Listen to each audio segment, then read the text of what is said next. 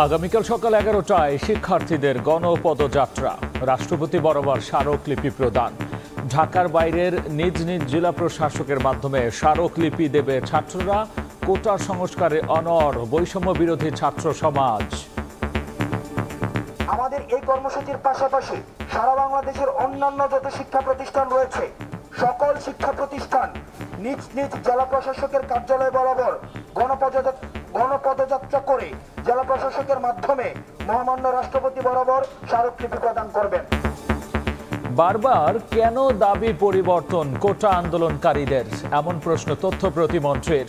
ওবায়দুল কাদের বললেন, কিছু বক্তব্য সংবিধান পরিপন্থী। প্রথমে আদালতের কাছে দাবি, তারপরে নির্বাহী বিভাগের কাছে দাবি, তারপর এখন হচ্ছে সংসদের কাছে দাবি। কিন্তু সংসদের কাজ এটি নয়। কিন্তু কাজে সংসদে এই বিষয়ে আইন প্রণয়নের যে দাবি, এটাও কিন্তু একেবারে অজ্ঞতা প্রসূত। শিক্ষার্থীদের আবেগকে পুঁজি করে একটি কুচক্রীমকর রাষ্ট্রকে অস্থির করার ষড়যন্ত্র করছে। দেখছিলেন প্রধান শিরোনাম। রাতের সময় সঙ্গে আছি আমি গোলাম রাব্বি। এবার অন্যান্য শীর্ষ সংবাদ। সীমান্ত রেখা থেকে দেশের অভ্যন্তরে 10 মাইল বিজিবির সম্পত্তি ঘোষণা সহ সংসদকে 4 পরামর্শ হাইকোর্টের। নিরাপত্তা নিশ্চিতে 8 কিলোমিটার জমি ফাঁকা ও সমান রাখার তাগিদ। দেশে ক্রীড়া খাতের উন্নয়নে কাজ করছে সরকার। শেখ হাসিনা আন্তঃব্যাংক টুর্নামেন্টে প্রধানমন্ত্রী বললেন, খেলাধুলার মাধ্যমে গড়ে ওঠে প্রতিযোগিতার চর্চা। বৃষ্টির একদিন পরও পানির নিচে বুয়েট সহ রাজধানীর কিছু এলাকা। সিটি কর্পোরেশন শত শত কোটি টাকা খরচ করলো, এমন দুর্দশা কেন, ক্ষোভ নগরবাসীর। এবং রিজার্ভ বাড়াতে চট্টগ্রাম বন্দর বে টার্মিনালে বিদেশি বিনিয়োগে তোড়জোড়। চলতি বছরেই $6 বিলিয়ন যোগানের পরিকল্পনা। জাপান সহ আগ্রহী বিভিন্ন দেশের প্রতিষ্ঠান।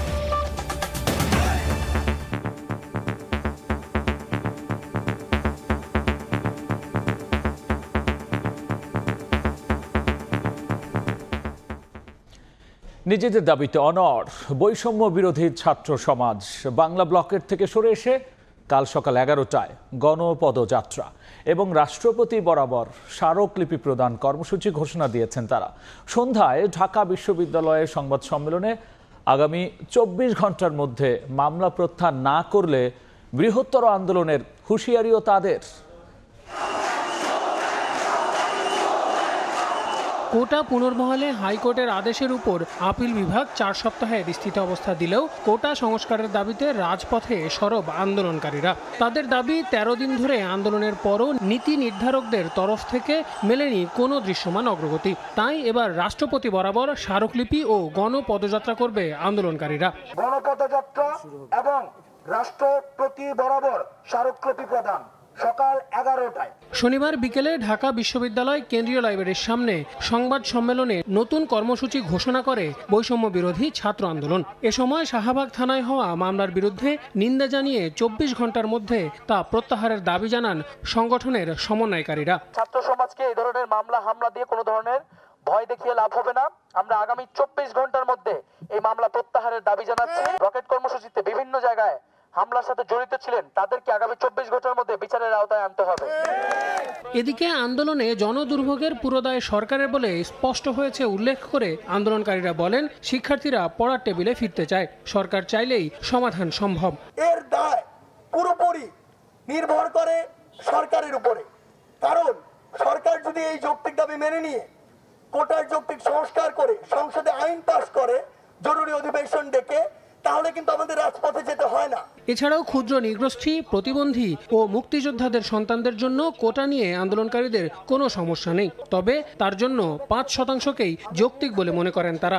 আমরা মুক্তিযোদ্ধা কোটার বিরোধী না। আল আমিন তুষার, সময় সংবাদ, ঢাকা। কোটা আন্দোলনকারীদের দাবি বারবার পরিবর্তন হচ্ছে কেন, এমন প্রশ্ন করে তথ্য প্রতিমন্ত্রী বলেছেন, আপিল বিভাগের রায়ের পর কোটা নিয়ে সরকারের কমিশন গঠনের সুযোগ নেই। তেজগাঁওয়ে ঢাকা জেলা আওয়ামী লীগ কার্যালয়ে ব্রিফিংয়ে তিনি বলেছেন, মেধার মূল্যায়ন করতে হবে, আবার পাশাপাশি পিছিয়ে পড়া জনগোষ্ঠীকেও অবমূল্যায়ন করা যাবে না। আন্দোলনকারীদের পক্ষ থেকে দফায় দফায় তাদের দাবি পরিবর্তন করা হচ্ছে। হাইকোর্ট বিভাগের আদেশের বিরুদ্ধে সরকার পক্ষ যখন সর্বোচ্চ আদালতে আইনি লড়াই করছে, সে অবস্থায় কমিশন গঠন করে তার কোটা ব্যবস্থার সংস্কার বা সংস্কার করার ঘোষণা দেওয়ার কোনো সুযোগ নেই, যেটা অসাংবিধানিক হবে, কিন্তু তারা সে অসাংবিধানিক দাবি করা শুরু করলো। সরকার যখন আদালতে আইনি প্রক্রিয়ার মাধ্যমে মীমাংসার পথে এগোচ্ছে, তখন আন্দোলনকারীরা আবার তাদের দাবি পরিবর্তন করে বলা শুরু করলো বিচার বিভাগ নয়, নির্বাহী বিভাগের মাধ্যমে সমাধান চাই। অথচ সর্বোচ্চ আদালতের প্রক্রিয়া পুরোপুরি সমাপ্ত না করে সরকার এই বিষয়ে কোনো কিছুই করতে পারবে না, এটা আমরা সবাই জানি। এখন তারা দাবি করছে যে সংসদ বা আইনসভা কায়েম করতে হবে। প্রথমে আদালতের কাছে দাবি, তারপরে নির্বাহী বিভাগের কাছে দাবি, তারপর এখন হচ্ছে সংসদের কাছে দাবি। আমাদের প্রশ্ন হচ্ছে যে আন্দোলনকারীদের দাবি বারবার পরিবর্তন হচ্ছে কেন? এতে প্রমাণিত হয় তার আদৌ পুরো বিষয় নিয়ে ভালোভাবে জ্ঞাত নন। যারা বারবার দাবি পরিবর্তন করে বিভ্রান্তি তৈরি করছে এবং এখনও আন্দোলন নামে জনদুর্ভোগ তৈরি করছে, আমি মনে করি তারা কোটা পদ্ধতি সংস্কার চায় না, তাদের অন্য কোনো দুরভিসন্ধি আছে। যে কথাটি বলা হচ্ছে কোটা না মেধা, ভাবটা এমন যে ঘরে বসে আছে কেউ, কোটায় তাকে এনে চাকরি দেওয়া হচ্ছে, তা কিন্তু নয়। সকলে আগে প্রিলিমিনারি পরীক্ষা দিচ্ছেন, উত্তীর্ণ হচ্ছেন, সেখান থেকে লিখিত দিচ্ছেন, উত্তীর্ণ হচ্ছেন, ভাইবা দিচ্ছেন, পাশ করছেন। তারপরে যখন ওই 2.27% সবচেয়ে মেধাবী যারা, কাজেই কোটার যে অ্যাপ্লিকেশন বা যেটার যে বিবেচনা করে যে কার্যকর করা হয়, সেটাও কিন্তু মেধাবীদের থেকেই করা হচ্ছে। আপনারা যেটি চাচ্ছেন তার সাথে সরকারের অবস্থান সঙ্গতিপূর্ণ, কিন্তু আমার ধারণা কিছু মানুষ হয়তো এখানে সাধারণ ছাত্রছাত্রীদের এই আবেগটাকে ব্যবহার করে তাদেরকে বিভ্রান্ত করার অপচেষ্টা নিচ্ছে। কোটা আন্দোলনকারীদের অনেক দাবি ও বক্তব্য সংবিধান পরিপন্থী এবং রাষ্ট্র পরিচালনার মূলনীতি বিরোধী বলে মন্তব্য করেছেন আওয়ামী লীগ সাধারণ সম্পাদক ওবায়দুল কাদের। আলাদা সংবাদ সম্মেলনে ছাত্রলীগ নেতাদের দাবি, কোটা আন্দোলনকে রাজনৈতিক আন্দোলনে পরিণত করার চেষ্টা করছে বিএনপি জামাত।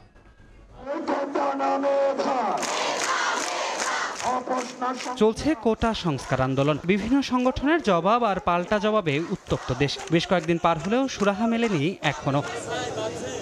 কোটা আন্দোলনকে রাজনৈতিক আন্দোলনে পরিণত করার চেষ্টা করছে বিএনপি জামায়াত বলে দাবি করেছে কেন্দ্রীয় ছাত্রলীগ সভাপতি সাদ্দাম হোসেন। কোটা ইস্যু নিয়ে ছাত্রদের মতামত নিতে ছাত্রলীগের পলিসি, অ্যাডভোকেসি ও ডোর টু ডোর ক্যাম্পেইন সম্পর্কে আয়োজিত সংবাদ সম্মেলনে কথা বলেন তিনি। কোটা ইস্যুর সমস্যার সমাধান করা আসলে তাদের মৌলিক উদ্দেশ্য নেই, যে কারণে কিন্তু আন্দোলনকারীরা চাকরির টেবিলে ফিরে যেতে হবে, পড়াশোনা করতে হবে, বাবা মায়ের স্বপ্ন পূরণ করতে হবে, এটি কিন্তু তাদের মূল লক্ষ্য নয়। তাদের মূল লক্ষ্য হচ্ছে রাজনৈতিক এজেন্ডা বাস্তবায়ন করা এবং এই সাধারণ শিক্ষার্থীদের আবেগকে ব্যবহার করে বিএনপি জামায়াত যে ষড়যন্ত্রমূলক রাজনীতি বাস্তবায়ন করতে চায়, সেটিকে সামনের দিকে অগ্রসর করাই হচ্ছে এই প্রফেশনাল আন্দোলনকারীদের মূল উদ্দেশ্য। এদিকে শনিবার সকালে ধানমন্ডির সভাপতির রাজনৈতিক কার্যালয়ে এক বৈঠক শেষে আওয়ামী লীগ সাধারণ সম্পাদক ওবায়দুল কাদের বলেন, এশিয়ার অন্য দেশের তুলনায় বাংলাদেশে কোটা কম। বর্তমান বাস্তবতায় কোটার প্রয়োজনীয়তা রয়েছে। দেশকে অস্থিতিশীল করতে একটি মহল আন্দোলনকে ব্যবহার করছে বলেও অভিযোগ তার। কোটা বিরোধী আন্দোলনকারীদের দাবি ও অনেক বক্তব্য আমাদের সংবিধানের রাষ্ট্র পরিচালনার মূলনীতি বিরোধী। আমাদের আর্থসামাজিক বাস্তবতায় কোটার প্রয়োজনীয়তা রয়েছে।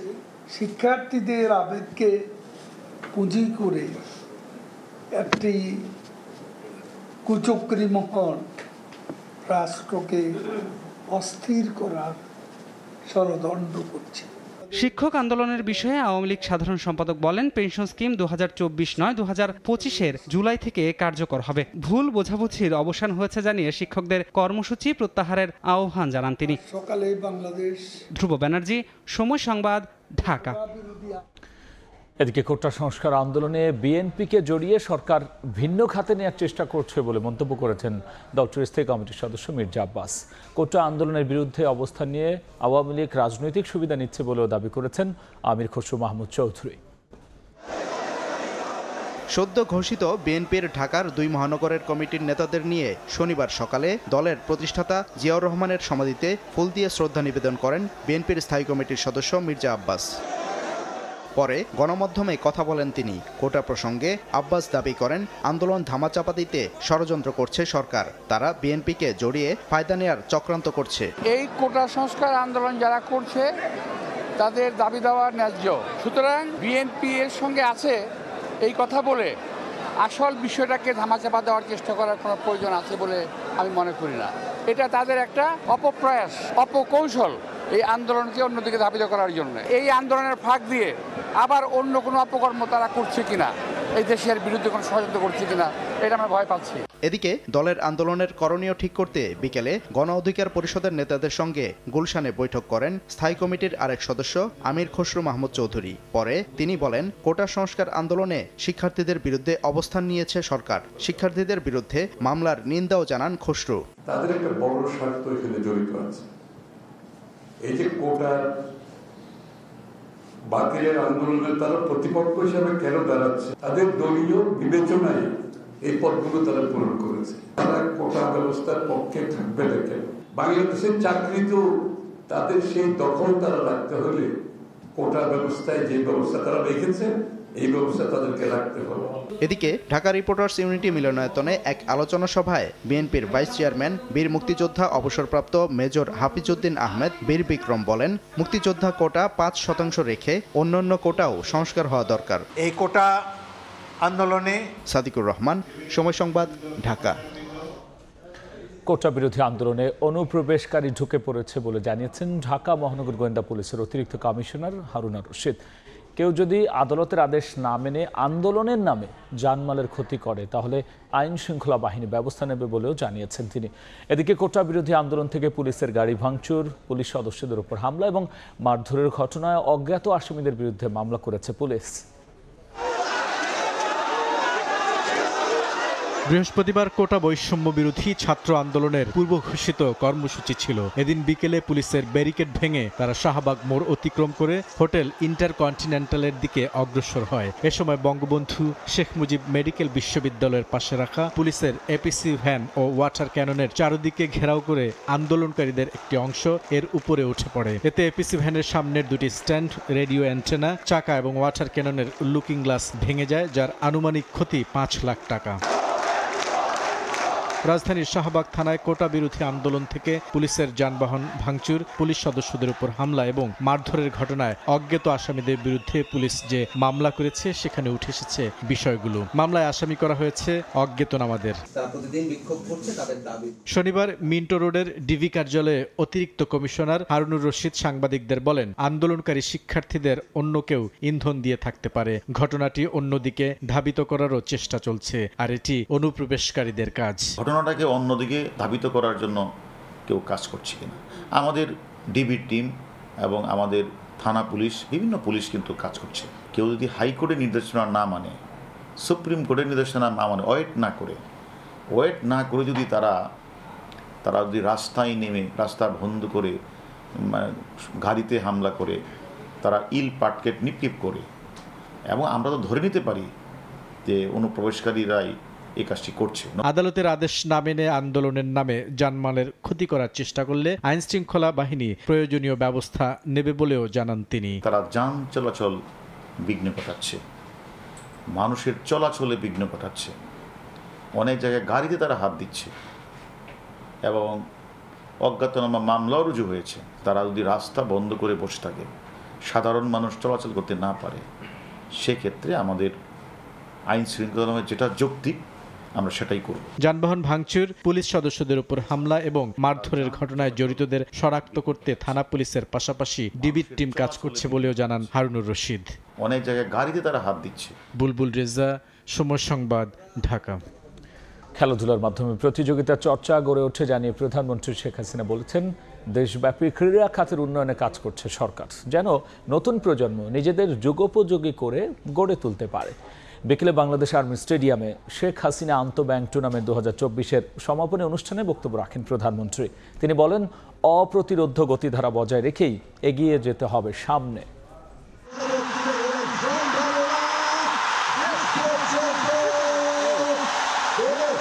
নির্ধারিত সময় ধরে চলল টান টান উত্তেজনা, পায়ে পায়ে নৈপুণ্যতা ছড়িয়ে অবশেষে ইসলামী ব্যাংক পিএলসির কাছে 2 গোল হজম করতেই হলো স্ট্যান্ডার্ড ব্যাংক পিএলসিকে।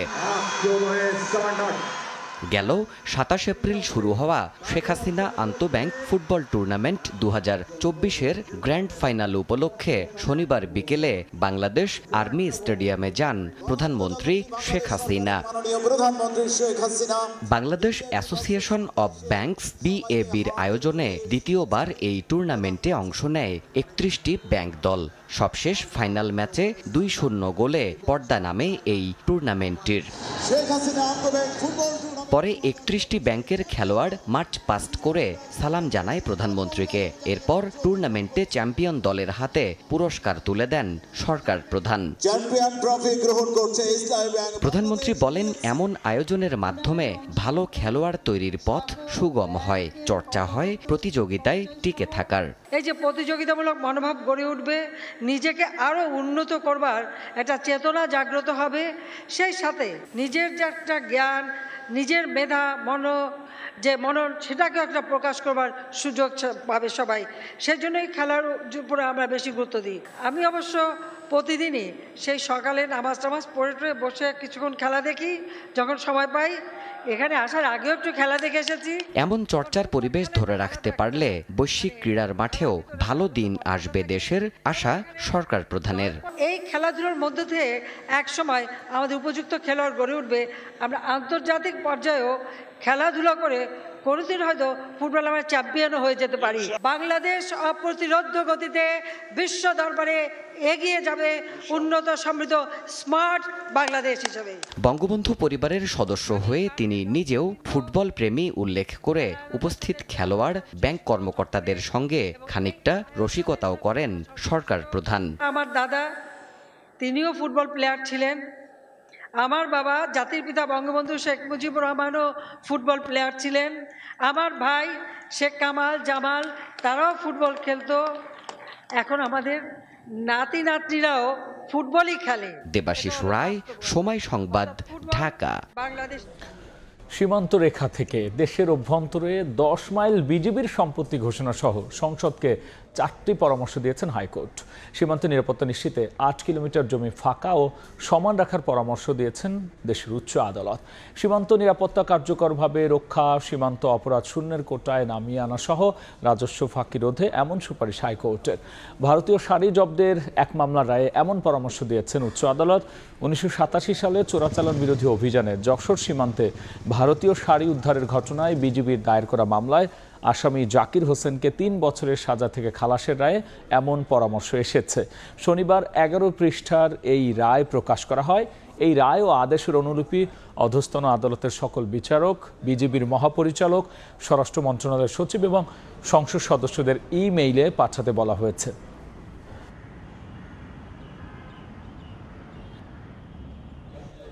বৃষ্টির একদিন পেরুলেও পানির নিচে বকশীবাজার, বুয়েট ক্যাম্পাস সহ রাজধানীর কিছু এলাকা। সিটি কর্পোরেশন শত শত কোটি টাকা খরচ করার পরও বর্ষায় এমন অবস্থায় ক্ষুব্ধ নগরবাসী। এমন পরিণতির জন্য নগর কর্তৃপক্ষ নাগরিকদের অসচেতনতাকে দোষলেও বিশেষজ্ঞরা বলছেন ভিন্ন কথা। দেখব রাশেদ বাপ্পির রিপোর্ট।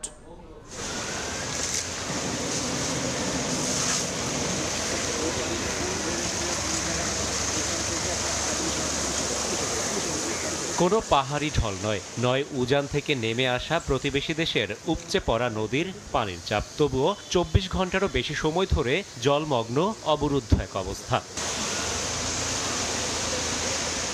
রাজধানী ঢাকা ভালোবেসে ডাকা হয় তিলোত্তমা নগরী, যে নগরীর আছে 400 বছরের সমৃদ্ধ ইতিহাস ঐতিহ্য। সেই নগরী কিনা ভেসে গেল মাত্র 3 থেকে 4 ঘন্টার বৃষ্টিতে। এ কেমন বৃষ্টি? এমন বৃষ্টি কি বিশ্বে বিরল? এ কেমন ড্রেনেজ ব্যবস্থা? শুক্রবারের 3 থেকে 4 ঘন্টার বৃষ্টির বোঝা কাঁধে নিয়ে দাঁড়িয়ে থাকা এই এলাকাটি বাংলাদেশ প্রকৌশল বিশ্ববিদ্যালয় বুয়েট ক্যাম্পাস।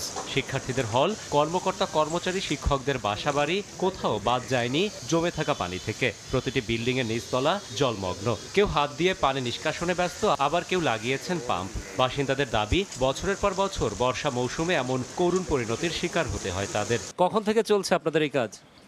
গতকাল সকাল 9টা থেকে। এখনো পানি কমেনি? এখনো পানি কমেনি। সকাল 10টা থেকে আমরা শুরু করছি মানে পানি হেসা, আর সারা রাত আমরা রাত 3টার সময় একটু চোখ বুঝছি, কিন্তু সকালে উঠে দেখি আবার হাঁটু সমান পানি। আমার ফ্রিজ আসবাবপত্র যা আছে সব ডুবে গেছে। আমরা বাথরুম করতে পারি না, খাওয়া দাওয়া রান্না বান্না করতে পারি না, চুলার পানি নিচে চলে গেছে। বৃষ্টির পানি ঘরে ঢুকে কেড়ে নিয়েছে বাসিন্দাদের থাকা খাওয়া, এমনকি টয়লেটে যাওয়ার সুবিধাটুকু। শুধু বুয়েট ক্যাম্পাসে নয়, বকশীবাজার, পলাশী সহ এখনো পানিবন্দী দক্ষিণ সিটির অনেক এলাকা। বৃষ্টি হয়েছে কালকে, এখন পর্যন্ত পানি আছে, তাহলে আমি কোন দেশে আছি? পানি এরকম 24 ঘন্টা 26 ঘন্টা আটকায় থাকবে, এটা তো মানুষের জীবন হতে পারে না। জাতীয় লাইন করে কাম হইব না, ওই নদী ভরা পানি যাইব গন্ধা। আমার তো মনে হয় যে এটা মেয়র মহোদয় এ বিষয়ে কোনো কর্ণপাত করেন না। এমন পরিণতির জন্য নগর কর্তৃপক্ষ নাগরিকদের অসচেতনতাকে দুষলেও বিশেষজ্ঞরা বলছেন, রাজধানীতে ড্রেনেজ ব্যবস্থার উন্নয়নে কোটি কোটি টাকা খরচ করলেও বিভিন্ন সংস্থার মধ্যে রয়েছে সমন্বয়ের অভাব। ন্যাচারাল সলিউশনটা more sustainable than engineering solutions. Drainage সিস্টেমটাকে ইমপ্রুভ করতে হবে এবং খালগুলিকে পুনরুদ্ধার করতে হবে, যাতে আমার যেই পানিগুলি পড়ছে সেগুলি যাতে শেষ মাথায় দিয়ে ওখানে রিলিজড হতে পারে। রাজধানীতে শুক্রবার বৃষ্টিপাত হয় মৌসুমের সর্বোচ্চ 130 মিলিমিটার। 1061 কোটি 59 লাখ টাকা আদায় করে রাজস্ব আদায়ে মাইল ফলক সৃষ্টি করা ঢাকা দক্ষিণ সিটি কর্পোরেশনের নাগরিকদের বর্তমান হাল এটি। মাত্র 3 থেকে 4 ঘন্টার বৃষ্টিতে 24 ঘন্টারও বেশি সময় ধরে জলমগ্ন থাকা এই নাগরিকদের প্রশ্ন, রাজস্ব আদায় নাকি নাগরিক সেবা, কোনটিকে বেশি প্রাধান্য দেন নগর কর্তৃপক্ষ? রাশেদ বাপ্পি, সময় সংবাদ, ঢাকা। বিদেশি প্রতিষ্ঠানের কাছে জায়গা ভাড়া দিয়ে চলতি বছরই বাংলাদেশের রিজার্ভে 4 থেকে 6 বিলিয়ন ডলার যোগান দেওয়ার পরিকল্পনা নিয়েছে চট্টগ্রাম বন্দর। ডলার সংকটের মুখে রিজার্ভ বাড়াতে বন্দর ও বেই টার্মিনালে বিনিয়োগে আগ্রহী দেশ এবং প্রতিষ্ঠানগুলোর সঙ্গে এরই মধ্যে চুক্তিও সম্পন্ন করার তোড়জোড় শুরু হয়ে গেছে। চলতি অর্থ বছরের প্রথম মাসেই চট্টগ্রাম বন্দরের মাধ্যমে 1 বিলিয়ন মার্কিন ডলারের বেশি যুক্ত হয়েছে বাংলাদেশের রিজার্ভে। এর মধ্যে রয়েছে পতেঙ্গা কন্টেইনার টার্মিনাল ব্যবহারের জন্য সৌদি আরবের প্রতিষ্ঠান রেড সি গেটওয়ের 650 মিলিয়ন মার্কিন ডলার এবং বে টার্মিনালের চ্যানেল খননের ঋণ সহায়তা হিসেবে বিশ্বব্যাংকের 650 মিলিয়ন মার্কিন ডলার। এছাড়া চলতি বছরেই আবুধাবি পোর্ট অথরিটির 1.5 বিলিয়ন, সে সঙ্গে সিঙ্গাপুর পোর্ট অথরিটির 1 বিলিয়ন ডলার বাংলাদেশের রিজার্ভে যোগ হতে যাচ্ছে বলে জানিয়েছেন চট্টগ্রাম বন্দর চেয়ারম্যান। আবুধাবি পোর্ট গ্রুপ এবং পিএসএস সিঙ্গাপুরের মাধ্যমে অ্যানাদার হয়তো আমরা 2 থেকে 2.5 বিলিয়ন ডলার আমরা এই বছর বিনিয়োগে আনতে পারবো। নগরীর পতেঙ্গা বে টার্মিনালে Singapore port authority, Abu Dhabi port authority এবং ডিপি ওয়ার্ল্ড বিনিয়োগ করবে তা অনেকটা নিশ্চিত। সে সাথে লালদিয়ার চর এলাকায় বিনিয়োগে আগ্রহ দেখিয়েছে ডেনমার্কের প্রতিষ্ঠান মার্সলাইন। মন্দার কবলে পড়ে অনেকটা স্থবির হয়ে আছে বিশ্ব বাণিজ্য। তার জেরে ডলার সংকটে ঢুকছে বাংলাদেশের রিজার্ভ। সে রিজার্ভ বাড়াতে ভিন্ন কৌশল নিয়েছে চট্টগ্রাম বন্দর কর্তৃপক্ষ।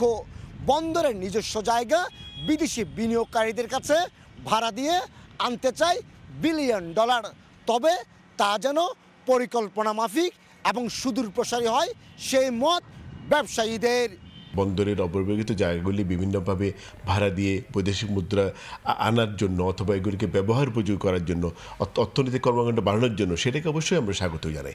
শুধু চট্টগ্রাম বন্দর কিংবা বে টার্মিনাল নয়, কক্সবাজারের মহেশখালীর মাতারবাড়ি গভীর সমুদ্র বন্দরের কাছে স্বতন্ত্র একটি ইকোনমিক জোন গড়ে তোলার আগ্রহ দেখিয়েছে জাপানি সংস্থা জেটকো। মাতারবাড়ি যে পোর্টটা আছে তার পাশে যদি একটা ইকোনমিক জোন তৈরি করা হয়, বিদেশি ইনভেস্টরদেরকে আমরা ওয়েলকাম করতে পারবো এবং সেখানে যদি ইন্ডাস্ট্রি করা হয় সেখান থেকে এক্সপোর্ট ইম্পোর্ট দুটোটাই সহজ হবে। বর্তমানে বাংলাদেশ কেন্দ্রিক অন্তত 3 লাখ কোটি টাকার পণ্য চট্টগ্রাম বন্দর দিয়ে আমদানি ও রপ্তানি হচ্ছে, যা থেকে সরকারের রাজস্ব আসছে প্রায় 70,000 কোটি টাকা। কমল দে, সময় সংবাদ, চট্টগ্রাম। টিসিবি ডিলারশিপ হালনাগাদ করার জন্য ডিও আনতে সংসদ সদস্যদের অফিসে গিয়ে হেনস্থার শিকার হতে হচ্ছে। ডিলারদের এমন দাবি আমলে নিয়ে বাণিজ্য প্রতিমন্ত্রী বলছেন, দলীয় বিচারে ডিও লেটার দেওয়ার চেষ্টা করা হলে প্রশাসনের মাধ্যমে তা মোকাবেলা করা হবে। আর আশ্বাস দিয়েছেন, রাজনৈতিক বিচারে নয়, ডিলারশিপ দেওয়া হবে ব্যবসায়িক ভাবমূর্তি বিবেচনায়। ভর্তুকি মূল্যে বছরব্যাপী পণ্য বিক্রি করে স্বল্প আয়ের মানুষকে যে স্বস্তি দেয় টিসিবি, তা সুবিধাভোগীর কাছে পৌঁছে দিতে সারা দেশে কাজ করে সংস্থাটির ৮,০০০ ডিলার। প্রতি ২ বছর পর পর হালনাগাদ করতে হয় তাদের ডিলারশিপ। এবারই এই কাজে বাধ্যতামূলক করা হয়েছে স্থানীয় সংসদ সদস্যের ডিও লেটার। গত ৩ জুলাই টিসিবি থেকে এমন নির্দেশনা দেওয়ার পর থেকেই এই ছাড়পত্র দিতে দলীয় কর্মীদের অগ্রাধিকার দেয়া হচ্ছে বলে অভিযোগ তুলে বর্তমান ডিলাররা। আমরা তো এমপির কাছে গিয়েছিলাম, ওনারা বলছে ওনারা দলীয় লোকদেরকে দিবে, আমাদেরকে দিবে না। আমরা কি অপরাধ করছি? টিসিবির কর্তৃক বিভিন্ন পরীক্ষা নিরীক্ষা করে তদন্ত ক্রমে অনুমোদন ক্রমে আমরা ডিলার। এখন আমাদের যদি কোনো অভিযোগ থাকে তবে আমাকে বাতিল করতে পারবে। পুঙ্খানুপুঙ্খানুভাবে ইমানি দায়িত্ব নিয়ে পালন করতেছি। তাদের দাবি, বর্তমান বিবেচনায় প্রত্যেক ডিলারকে যেন কমপক্ষে ১,০০০ জন সুবিধাভোগীর পণ্য বিক্রি করার দায়িত্ব দেওয়া হয়। রাজনৈতিক ঘেরা করে ফেলে আমাদেরকে বাতিল করা যাবে না। আর ২ নম্বর হচ্ছে, যারা ডিলার সারা বাংলাদেশে আছেন তাদেরকে ন্যূনতম ১,০০০ কার্ডের পণ্য দিতে হবে। কয়েকদিন ধরেই ক্ষুব্ধ ডিলাররা অবশেষে শনিবার দুপুরে পান বাণিজ্য প্রতিমন্ত্রীর নাগাল। ডিলারদের অভিযোগ ও দাবি শুনে বাণিজ্য প্রতিমন্ত্রীও আশ্বাস করে বলেন, কোনোভাবেই দলীয়করণ করা হবে না টিসিবির ডিলারশিপে। কেউ যদি অন্যায্যভাবে ক্ষতিগ্রস্ত হয়, টিসিবি লাইসেন্স দিছে, আপনারা দিয়েন, আমি ওই লোকাল প্রশাসনের সাথে কথা বলব। যদি কেউ অন্যায় করে সেই ব্যাপারে লাস্ট সেটা চেয়ারম্যানের থাকবে, আমরা দেখব। ডিলারশিপ হালনাগাদ করতে গিয়ে সৃষ্ট এমন বিতর্কে সত্যিকার সুবিধার দাবিদার যেন বঞ্চিত না হয় নজরে রাখার পরামর্শ সংশ্লিষ্টদের। সাইফুল ইসলাম, সময় সংবাদ, ঢাকা। দেখছেন রাতের সময়। ১ মাসও হয়নি ভারতের লোকসভা নির্বাচনের। এরই মধ্যে দেশটির ৭ রাজ্যের ১৩টি বিধানসভার উপনির্বাচনে বিজেপিকে কার্যত হারালো ইন্ডিয়া জোট। পশ্চিমবঙ্গের ৪টি আসনের সবকটিতেই জয় পেয়েছে কংগ্রেস, অথচ ২০২১ সালের নির্বাচনে ৩টি আসনই জয় পেয়েছিল বিজেপি। বিধানসভার উপনির্বাচনে বিরোধী ইন্ডিয়া জোটের বড় চমকে শুরু ভারতের রাজনীতিতে শুরু হয়েছে নানা আলোচনা। কলকাতা থেকে সুব্রত আচার্যের রিপোর্ট। দুপুরের আগেই ফলাফলের ছবিটা স্পষ্ট হতেই তৃণমূল সমর্থকরা সবুজ আবির নিয়ে একে অপরের মুখ রাঙাতে শুরু করেন। ৪২-এ ২৯ আসন পেয়ে এমনিতেই পশ্চিমবঙ্গে আত্মবিশ্বাসী এই দল। এর ওপর বিজেপির দখলে থাকা ২১-এর বিধানসভার ৩ আসন ছিনিয়ে নেয়ার উল্লাসই ছিল এদিনের এই আনন্দের বহিঃপ্রকাশ। রায়গঞ্জ, বাগদা, রানাঘাট গেরুয়া শিবিরকে কার্যত গোহার হারিয়ে মমতার জয় জয়কার। আর নিজেদের দখলে থাকা কলকাতার মানিকতলা আসনেও জয়ের ব্যবধান বাড়ালো রাজ্যের শাসক দল। সব মিলিয়ে লোকসভার পর পশ্চিমবঙ্গে বিধানসভার উপনির্বাচনেও বিজেপির ধরাশায়ী অবস্থা। এদিন একইভাবে হিমাচল প্রদেশ, উত্তরাখণ্ড, বিহার, পাঞ্জাব, মধ্যপ্রদেশ এবং তামিলনাড়ুর ৯টি বিধানসভা আসনের উপনির্বাচনের ফল প্রকাশ করা হয়। ৩টি আসন ছাড়া 10টি আসনে বিজেপি বিরোধী শিবির এগিয়ে রয়েছে। এর মধ্যে পশ্চিমবঙ্গের 4টি আসনের ফল চূড়ান্ত ঘোষণা করেছে কমিশন। সেখানে 4টিতেই জয়ী তৃণমূল। লোকসভা নির্বাচনে বিধায়করা প্রার্থী হওয়ার ফলে এই আসনগুলো খালি হয়ে যায়। আর সেই আসনগুলোতেই 10 জুলাই উপনির্বাচনের ভোট গ্রহণ অনুষ্ঠিত হয়। নির্বাচনের ফল নিয়ে আনুষ্ঠানিকভাবে বিজেপি কোনো প্রতিক্রিয়া না জানালেও খুশি বিরোধী শিবির। আগামীতে বিজেপিকে আরও প্রবল প্রতিদ্বন্দ্বিতার মুখোমুখি হতে হবে বলে মনে করছে ইন্ডিয়া জোট। সুব্রত আচার্য, সময় সংবাদ, ভারত। স্কোয়াড নির্বাচন বিতর্ককে সঙ্গী করে 37 দিনের লম্বা সফরে অস্ট্রেলিয়া গেল বিসিবির এইচপি ইউনিট, যেখানে 3 ফরম্যাটে খেলবে। কমপক্ষে 10 ম্যাচ জাতীয় দলের পাইপলাইনে ক্রিকেটারদের ভবিষ্যতের জন্য প্রস্তুত করাই লক্ষ্যেই বোর্ডের বিবেচনায় আছে তাসমান সাগর পারে 2027 সালের সফরও। দেশের কন্ডিশনে খেলে স্কিলের উন্নতি আর জাতীয় দলের জন্য নিজেদের প্রস্তুত করাই লক্ষ্য ক্রিকেটারদের। হোম অফ ক্রিকেটের একাডেমিতে সকাল সকাল সাজ রব। আরিফুল রিপনদের ছোট চোখে আগামীর স্বপ্ন, এক ভিন্ন রোমাঞ্চের অপেক্ষা। ধরতে হবে তাসমানিয়ার বিমান। ঢাকা থেকে ব্যাংকক হয়ে সিডনি, এরপরে ডারউইন। লম্বা ভ্রমণ, সেজন্যই এত ব্যস্ততা। 19 বছর আগে টেস্ট খেলতে সবশেষ এবং একবারই অস্ট্রেলিয়া সফর করেছিল বাংলাদেশ দল। সাদা পোশাকের যে গেরো এখনো খুলতে পারেনি সাকিব রিয়াদরা, সে মৌকাই পাচ্ছেন বিসিবির এইচপি ইউনিটের ক্রিকেটাররা। পাকিস্তান শাহিনসের বিপক্ষে দুটো 4 দিনের ম্যাচ ছাড়াও পূর্ণাঙ্গ এই সিরিজে আছে ওয়ানডে আর টি-20। যদিও রঙিন পোশাকের দল যাবে আরও পরে। প্রথম ধাপে ক্রিকেটার ও কোচিং স্টাফ নিয়ে সংখ্যাটা 24।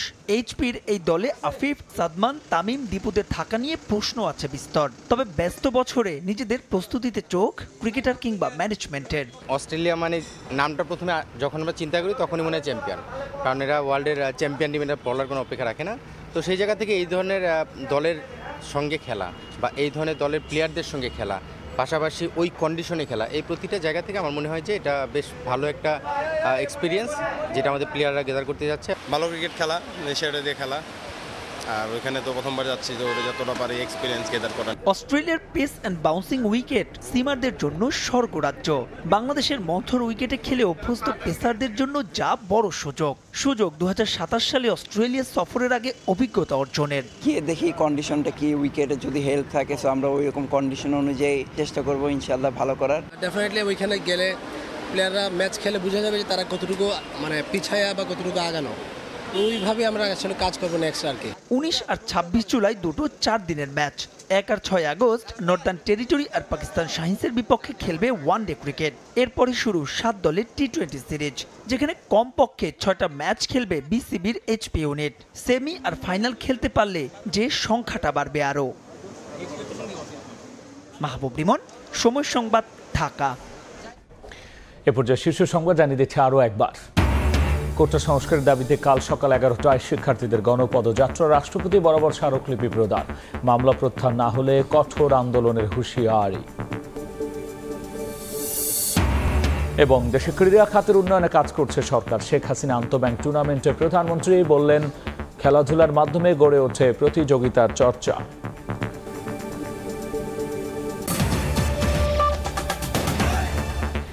এই ছিল আমার কাছে থাকা রাতের সময়ে।